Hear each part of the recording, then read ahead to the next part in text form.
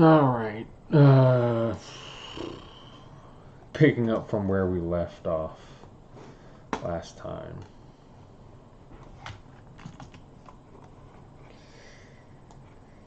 We got through the foundation time period of the setting. All the way up to the founding and a little bit after to the Abdemic age.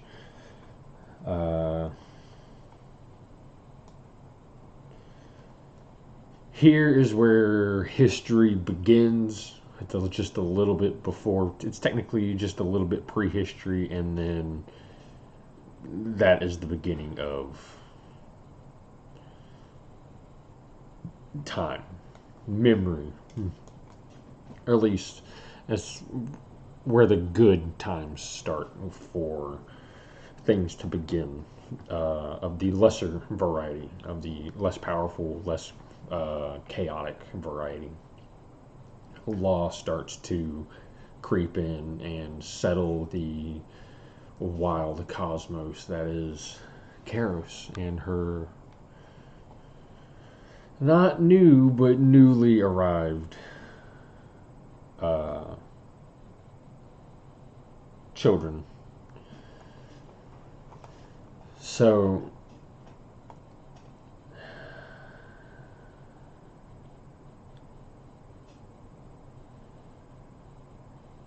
the debate I'm having with myself now is, do we want to delve deeper into this age to develop it before we move on, or do we want to get the overview of everything that will be going on and then go back and nitpick?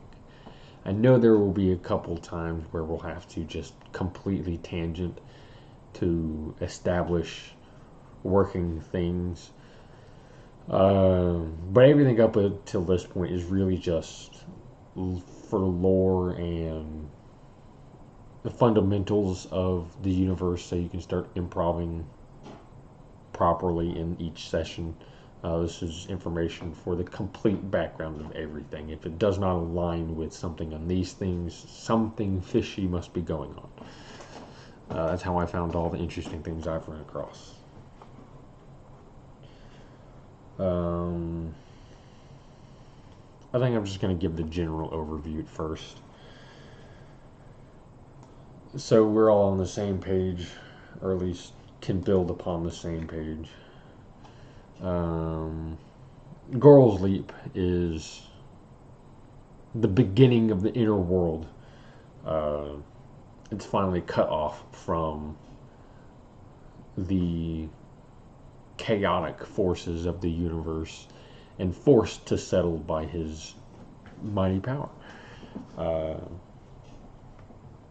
This is where the first betrayal happens, the first murder, the first any one of those kinds of things. This is when it happens, due to the tortured god and his mischievous plans, and then the first lord and lady and their inept leadership skills and the like.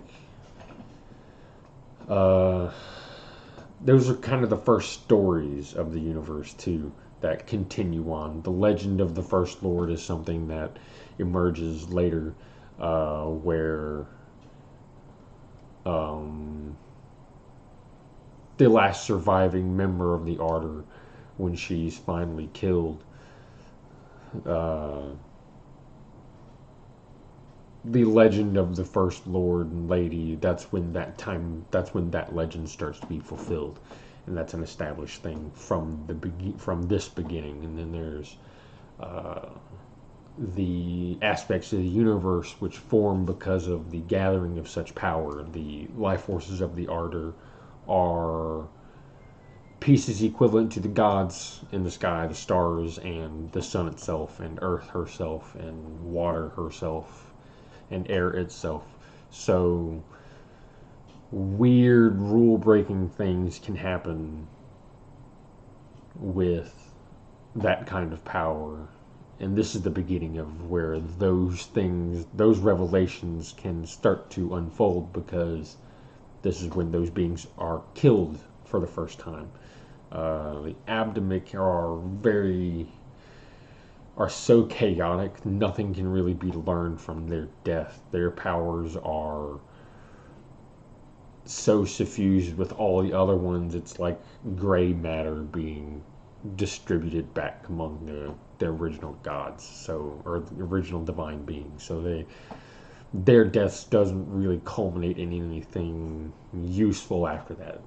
The death of the first lady and the torturing of the first god, of the tortured god, and the petrification of the first lord. These deaths actually mean something and culminate in something, and revelations of what the aspects of the universe are. That'll come later when we start talking about magic in detail, because that's when wizardry will be needed to uh, be fleshed out more.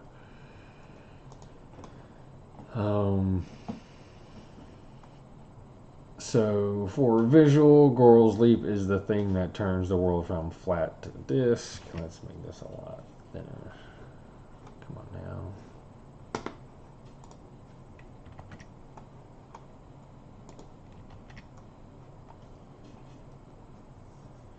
The world goes from this to being like kind of like that.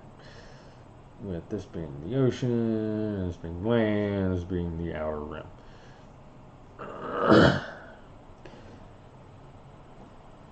The surface of the world has not changed significantly since then, other than dead corpses of gods falling and corrupting areas of the world from what they were to whatever that god was a god of when they died.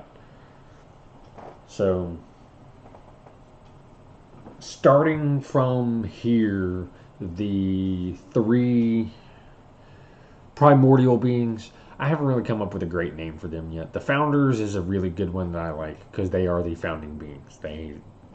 That is what they are in the most basic sense, so it's a good label for them. These are the first successful, quote, good creations of the Founders, of living creations, that they don't want to be hit the reset button, essentially. So culture can begin here, and the Founders aren't done creating life after this period. These are just the best versions, or the most free versions, you could say, of the creations, because they control their fate. They do not fall prey to the whims of the Founders or other gods or anything. They follow only the rules of the universe. So that's how these creatures are different from the things that come after elves, dwarves, goblins, whatever.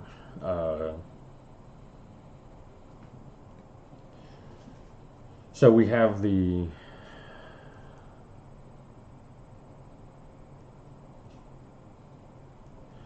Ardor. These are the Fire Nation.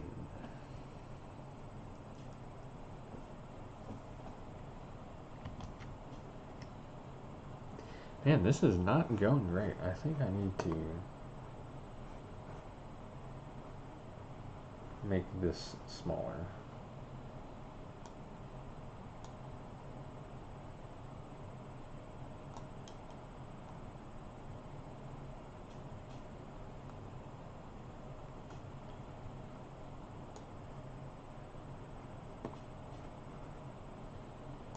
And now we can go back to 100%.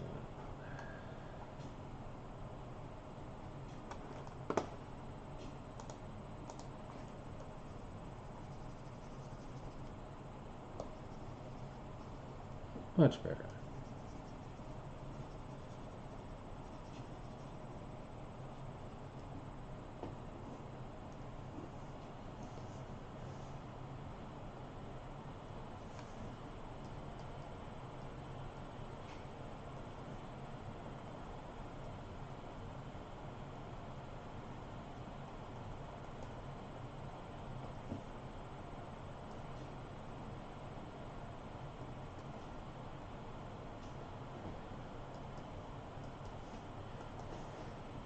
So the alluvium are the three alluvium, uh, Mons Vallis and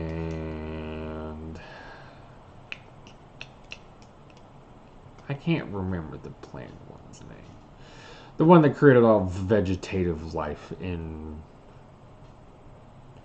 the world, really, and like even the sentient ones. This is more the advocate of those kinds of beings than any other kind of founder or god, really.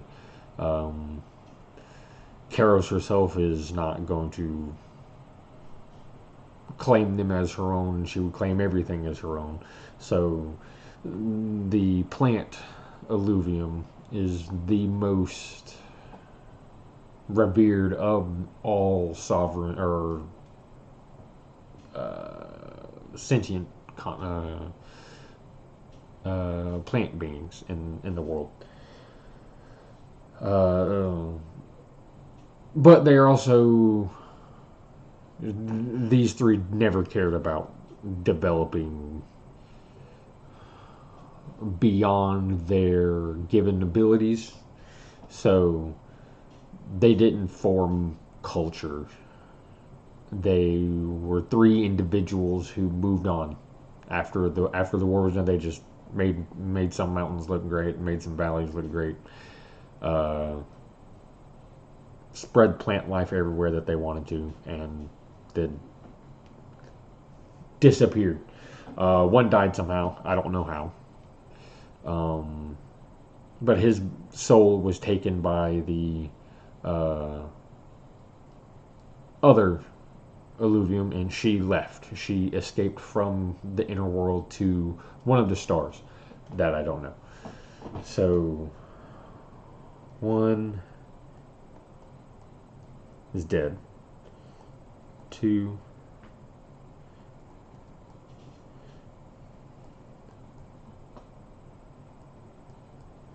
in stars, and three is in an adventure at the start of an adventure somewhere. The adventure begins in a wizard's tower where this creature is locked.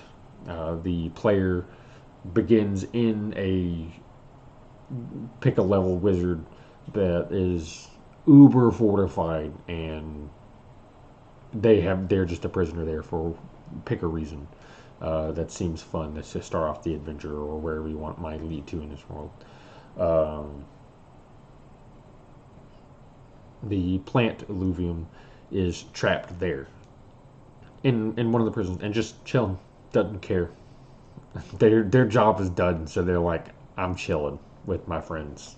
They're due to the way plants communicate. I don't know, magically in this one, I suppose they're not really there most of the time anyway. So the body is a trivial matter for this creature, but therefore their body is stuck in Wizard's Tower.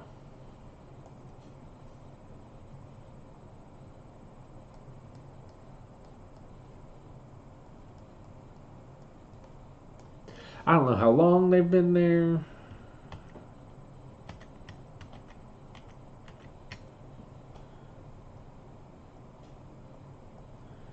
I don't know any of those details. I just know that's where they are. Uh, the Wizard's Tower has other features. We might take note of them here so we don't forget about them later. It has a Valkyrie.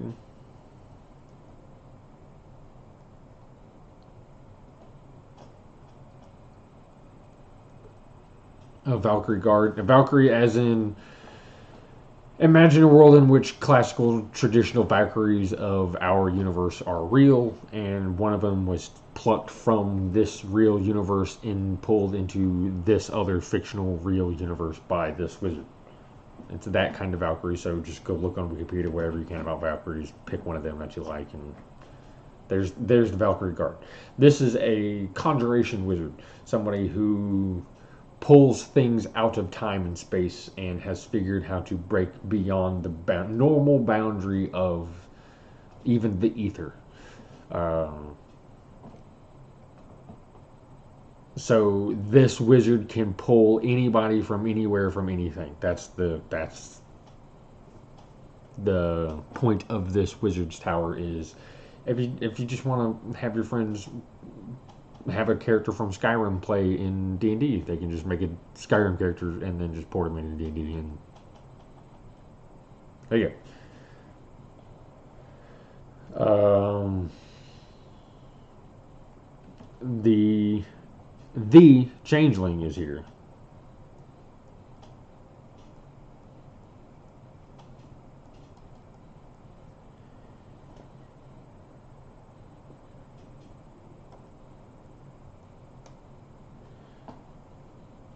I say the changeling because the changeling is the only true changeling in this universe.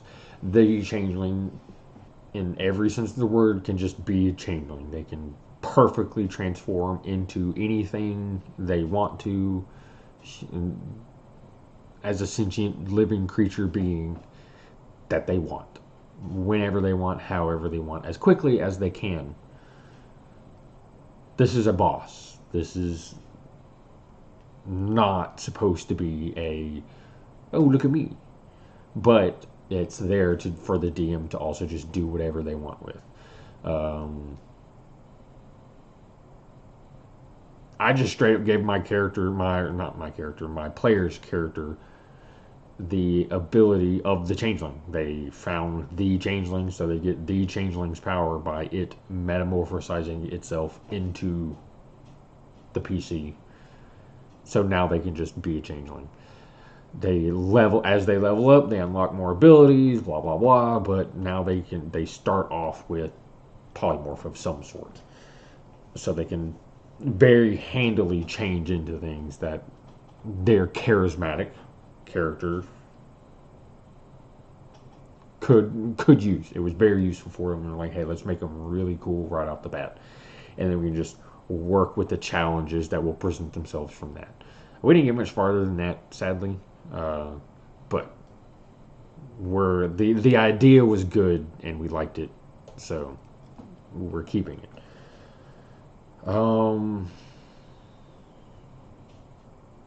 I can't remember the other thing in this tower off the top of my head.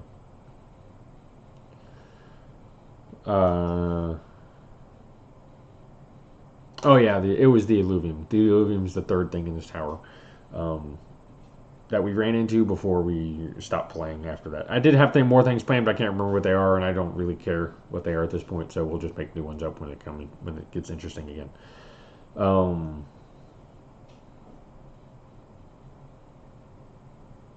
that's all the alluvium. They play very little role that I know of so far in the beginning stages of this universe, of this historical time period.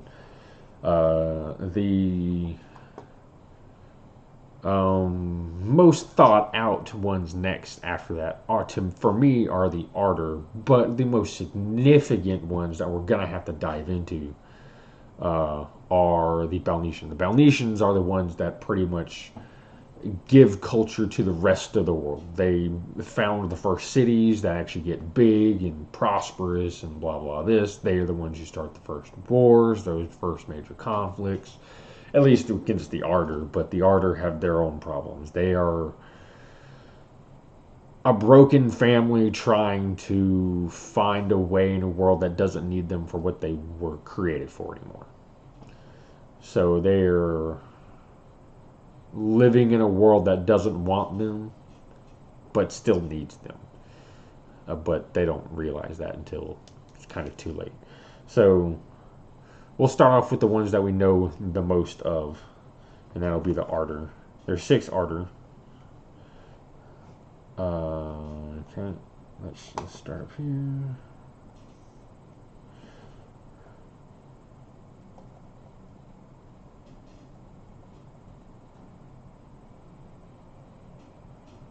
First Lord.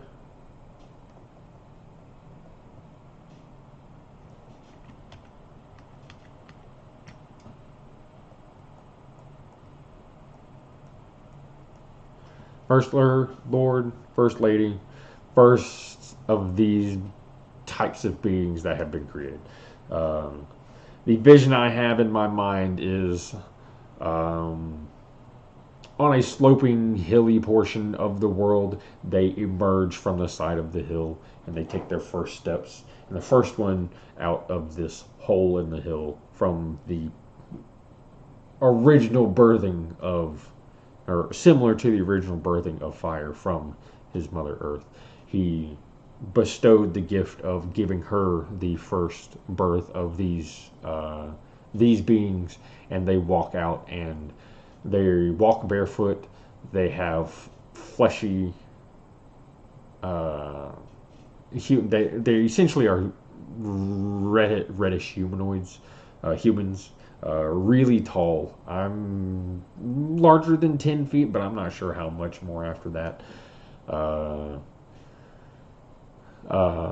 their bodies are covered in a sort of shale-looking metallic armor that doesn't cover the joints. It doesn't cover their feet or their hands.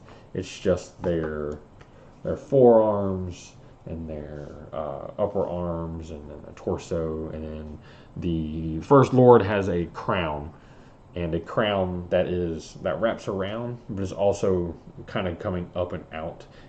That's an unwieldy fantasy crown of stupid proportion because he's a grandiose man, and so he thought it looked cool. Whatever.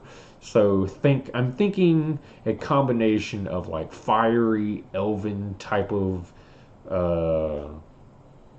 grandiosity to these creatures and their own thoughts of culture and design. And the first lady, her crown is very elegant, very short and simple, very it's like almost like a circlet, but it's got the same theme of spiky horns as her husband's does. But she is way more intelligent about the design at first than he ever was. So, his armor is engraved and emblazoned with a bunch of stuff, and hers is very simply decorated as they emerge out of the side of this hill. And as they're stepping, the first steps are burned into the ground, and the earth is turned into like a glass around their footsteps. And so the first footprints are magically imprinted on the world somewhere, and I don't know where they are anymore. But there's got to be magic there somewhere.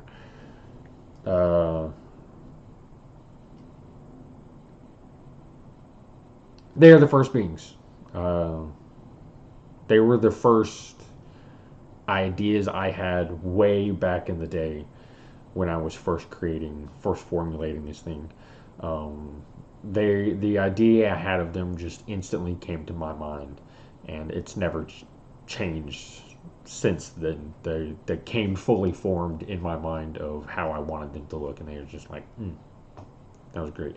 The other ones I can't say the same, but well, the Illuvium I kind of can. The Balnesians I still don't really know, but that's kind of the point of them. They are the wishy-washy, change your mind, do whatever you want to fill the need. That's why there's 12 of them. I'm not going to figure all 12 of them out tonight, but we've got a few of them to start off with. But first, let's finish the Ardor. So we don't really need to do much with these two because they die right at the beginning of culture. They did not have the time to finish building the city that they wanted because it was destroyed by Gorl's Leap. Whatever they were making is just wiped out. It's gone. There is no surviving artifact like that I know of from this time period, simply because of this leak. It destroyed even this city. If somebody could find this city, I don't know, fun things could happen, I suppose. It's probably in the elemental plane of fire at this point, just shoved there, shunted out of this plane entirely, and just there in that one because that was the next closest one. So he's petrified on what would have been his throne in his castle, but he never got the chance to well, abdicated, I suppose.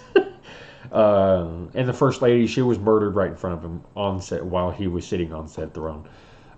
So they never got to do anything after that. Their four kids were present and ready to do battle against the bad guy at the time, but he left. So they a very bad day happened that day. Um, so really, after that, they established the Ardor city on the mountain that made the moon. Uh, but they never made any satellite cities or nations outside of that. They focused all of their attention on making their fathers and mothers' dreams a reality to a tyrannical level. And the Blue Flame left because of it. She did not agree with how they were running things and didn't agree that their parents would have uh, uh, wanted, I suppose, is a way you could say it. But that's not necessarily the conflict that I'm proposing, because the First Lord, I don't think he would really care what they're doing at this time. And I think that's kind of the point. Why I think he would be wondering why they're not trying to make their own things. Uh, and then their mother would be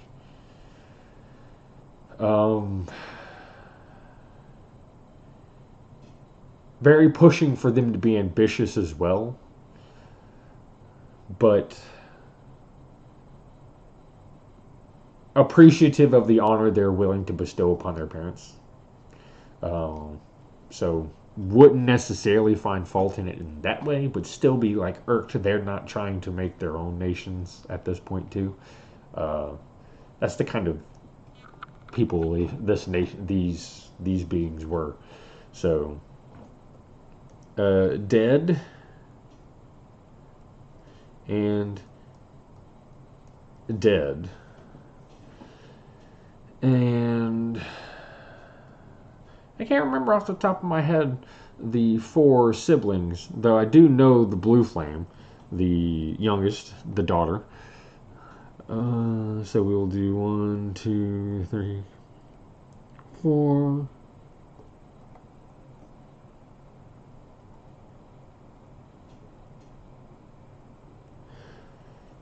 She is also dead at this point.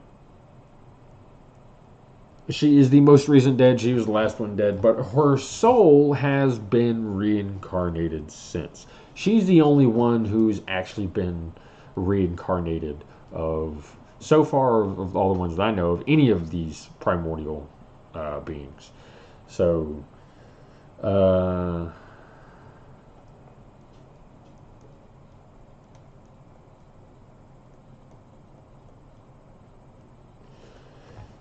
this is most relevant to get us to present day, because she actually died not long before present day uh, time period in the setting that gameplay would start, the steady state of the universe. Uh, I would say she died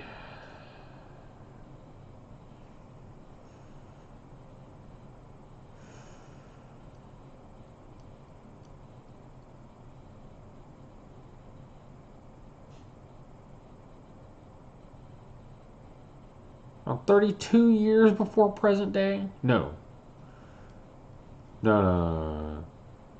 Maybe 32. Let's say 75. 75. Around 75 years. Because the history of it so far is. Fast forward to however long before the Blue Flame is she encounters a young adventurer woman and her party, and the party is wiped out by the time she arrives. She kills the bad guys that were about to kill uh,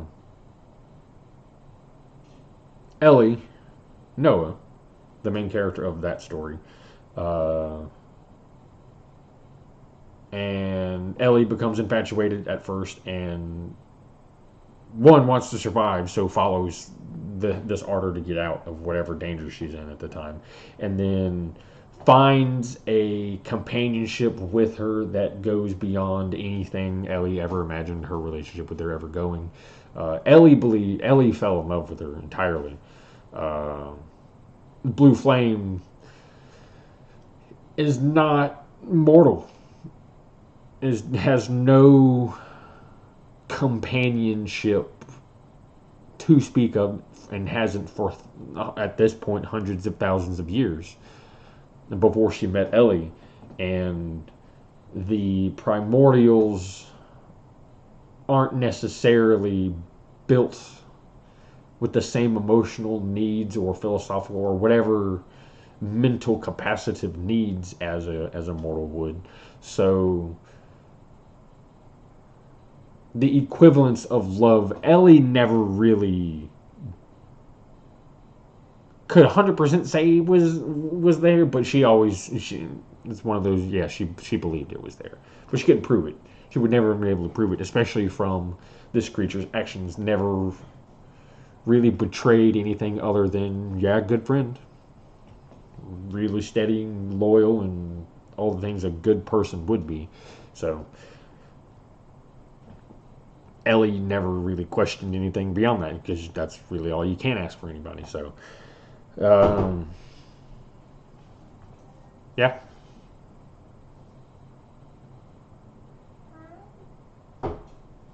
When do you need to go to bed?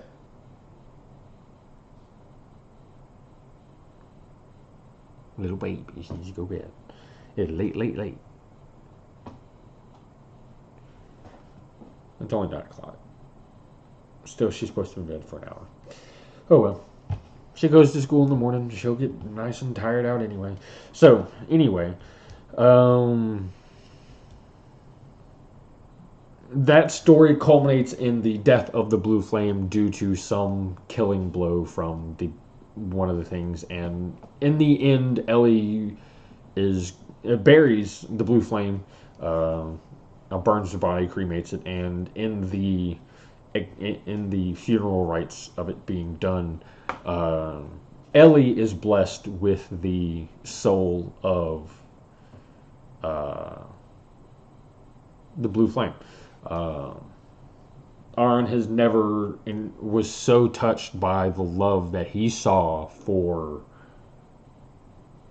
the Blue Flame from Ellie, because he understands it, and he felt a connection. He felt a connection there and decided to bless this random human that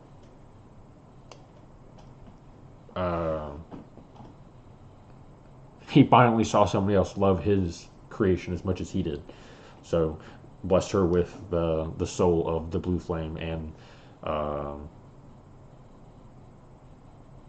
Karen was born. Sadly, that name is at this point had been ruined due to memes, but I mean deservedly so in many cases. But her name is Karen Noah, the first human flame.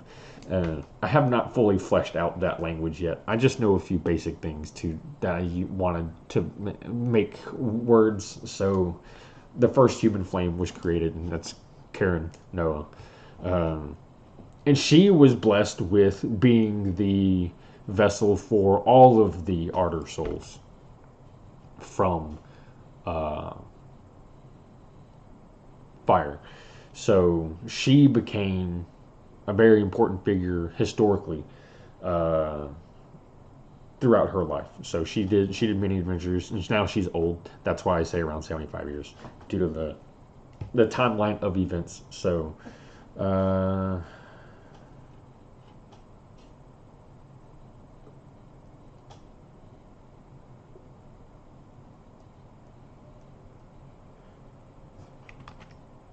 it's just no.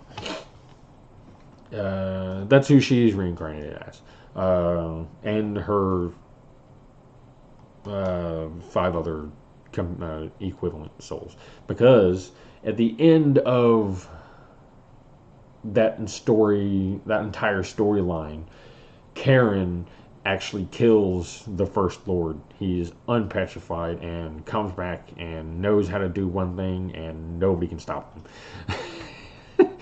So he begins his crusade to take over the world, and is pissed that none of his family is still around anymore, and that the one that murdered his wife is still around. Uh, so that's Karen's business. She succeeds, is blessed with all the souls at that point, and call it a day.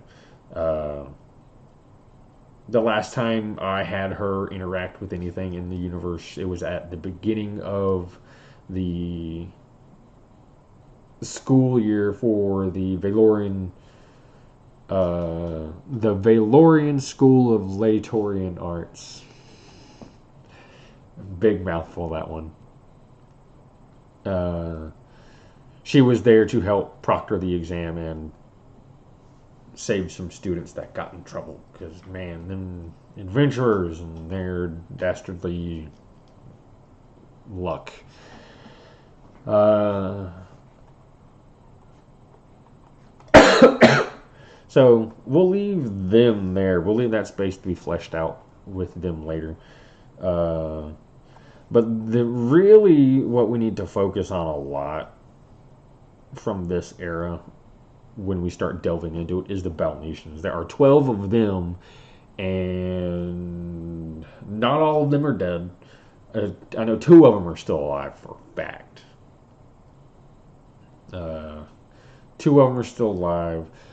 The souls of some of them are dead, but they have been killed by the tortured god, and their souls have been collected by him. And he has turned into an aspect himself, which was unintended. That's my mess up, but hey, if you can give it to the good guys, it can happen to the bad guys. Oh well, my players wanted Jedi powers, they got Jedi powers, so this guy's got something now. And it's not Jedi related, but it's charisma related. So let's not confuse here. Yes, I know Jedi can do mind tricks and whatnot, but that's not what I'm talking about. We'll dive into that way later. That might be after quite a few Star Wars streams of me ranting and raving about how nothing outside of the 6 movies is anything worth talking about at all. In any way, shape, or form. None of it is interesting. None of it matters. None of it outside of the 6 movies. Even Clone Wars TV shows, none of them are part of the 6 movies. So that's my Star Wars is the 6 movies, and even it's not even the quality of the movies. It's just purely the storytelling vehicle, or it's the storytelling that I care about. The vehicle that movies are, whatever. But the important story that George Lucas created and then was lucky enough to make himself. Here we go.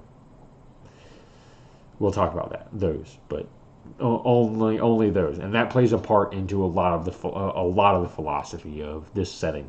I didn't take it from it, but it happens. As soon as I've been looking into Star Wars in the past few months, I happen to fall in line a lot with what I see from the Star Wars movies, which I'm not surprised. It's just a fantasy movie, just simple fantasy. Okay, so the 12 Balnesian, the most important one is the tortured god.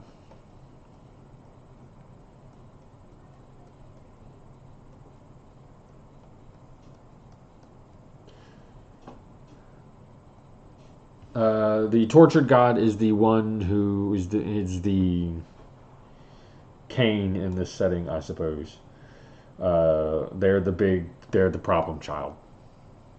Ends justify the means. Bad guy this, bad guy that. They did it first, or at least tried to. They are trapped in the abyss.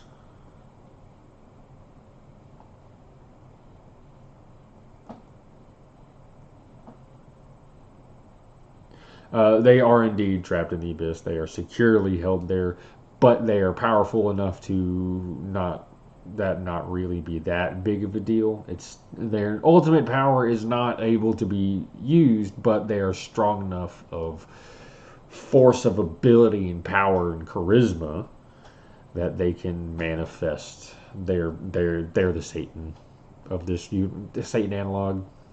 That's essentially it. Uh, they did try to found a city, but it was completely destroyed and pulled under, and is in the abyss as well. And that's the city of demons.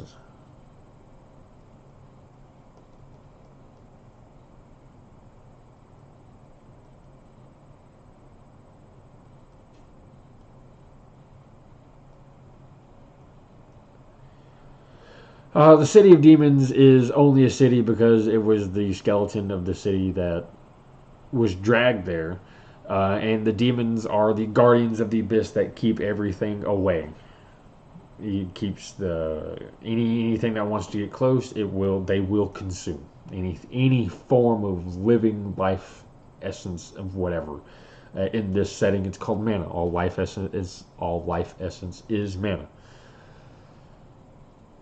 Uh, they go after it. They eat it.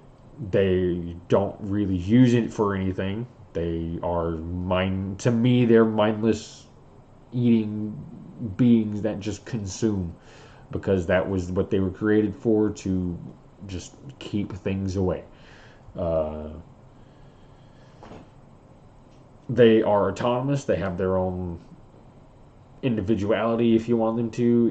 Any of that jazz of what you would need from a demon, they're still here. The thing that is not there is any of the flavor from any thing of a demon being part of a blood war or having anything to do with consuming souls for gaining power. No. Not these demons. Just throw that flavor out and put new flavor in. Here's the new flavor. The meat and the bones are still there. We just pick different seasonings.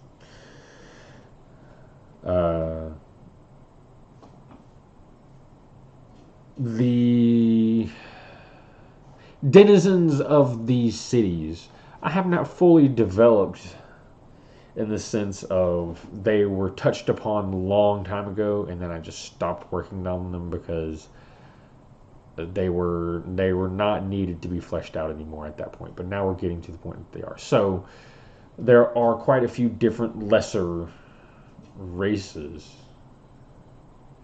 Hello, kitty cat. I know. Hello. Would you like to say hello? Yeah. I hear you walking around. Jingle jangle. Yeah. Would you like to come up? Ew. Hey. Would you like to come? Yeah, hello, Miss Beth. And then we'll flip you right on over. Hello. Say hello to kitty cat. Oh, purr on the machine. Got your belly all full. Yeah. Now you're snooping. Yep. There we go. Well, you come on up. Come on. Yeah. Hey. You can be a little pest. I'll turn off that keyboard so you don't step on it. That's well, good job. Yeah. Oh, well. Yeah. Cat butt in the face. I didn't need it.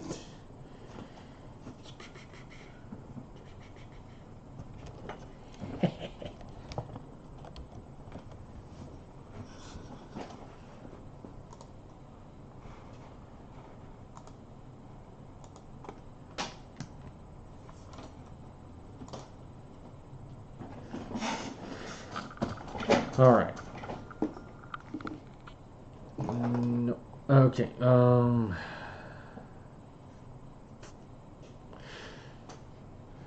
yeah, I didn't start fleshing them out, so now we're going to the or at least when we come back to after we finish outlining the whole thing. They do have lesser versions of more elemental races before you get to the classic traditional ones left. Um, it's this world version of evolution in a world in which fundamental physical properties can change magically as well. So the end result is elves. So what came before the elves, and then how did they go from that to what elves are, and then we can get subcultures and everything from that. Uh,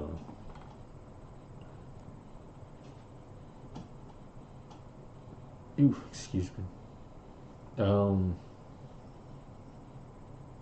Hello. I don't think I've been